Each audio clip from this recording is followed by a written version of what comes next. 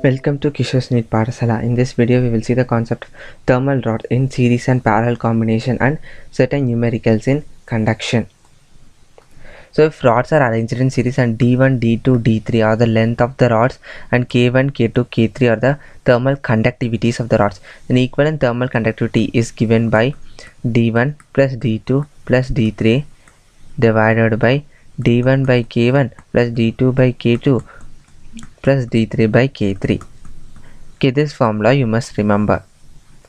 And if the rods are arranged in parallel condition like this, and K1 and K2 are the thermal conductivities of first and second rod, and A1 and A2 are the thermal conductivities of the first and second rod respectively, then K equivalent is given by K1A1 plus K2A2 divided by A1 plus A2. This is the thermal conductivity of the rods in parallel condition, and it is a previous year question also, so you must remember these two formulas. This is the most common type of question.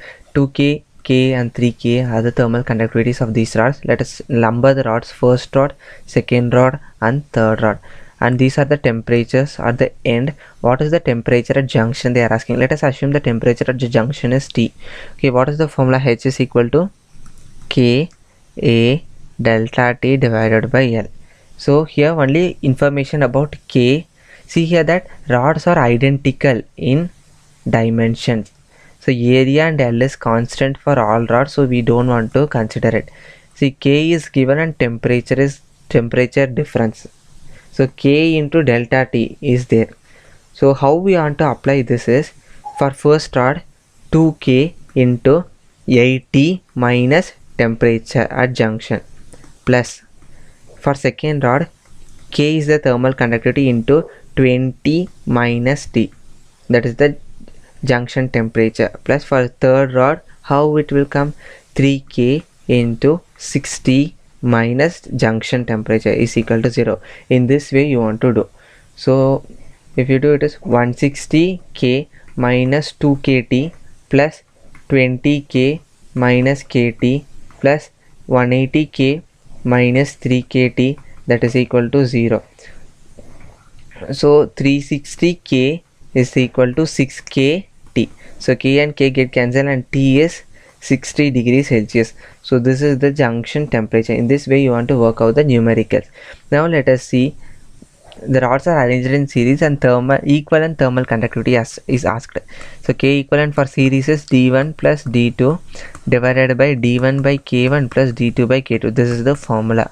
So D is same, so D plus D divided by D by K plus D by 2K. So 2 divided by 1 by K plus 1 by 2K. So which is 2 divided by 3K divided by 2K square. So K and K get cancelled. The denominator goes to the numerator. So 4K divided by 3. This is the equivalent thermal conductivity. Now let us work out this numerical. This is same as the Wheatstone bridge concept, which we will learn in the current electricity chapter. In Wheatstone bridge, see the question, no heat flows through the central rod. So in this rod, fifth rod, no current is flowing. So in the same cases in resistance, what we will do, suppose if it is R1, R2, this is an R3, and this another resistor is R4, and in the center if there is no current is flowing, what we will do in the Wheatstone bridge, this if you are 11th standard student, don't worry, in 12th standard we will learn this concept. So R1 divided by R2 is equal to R3 divided by R4. Similar way we want to do here. So K4 divided by K2 is equal to K3 divided by K1. So K1 K4 is equal to K2 K3. So B option is the right answer. Now this is the next question. See here, the thermal resistance ratio is asked. Thermal resistance is given by R is equal to L by Ka. So R1 divided by R2 is equal to, since resistance is inversely proportional to Ka, in question only K1 K2 and A1 A2 is given. So K2 A2 divided by K1 A1. So K2 divided by K1 is 4 divided by 5 into A2 divided by 1:1. So resistance ratio is 4:5. This is the thermal resistance ratio. Now this is the previous and most common type of asked question. Okay, for 4 rods of same material, so all have same K and different radii R and different length L is used to connect two reservoirs. They are heat at different temperature. Which one will conduct maximum heat, they are asking.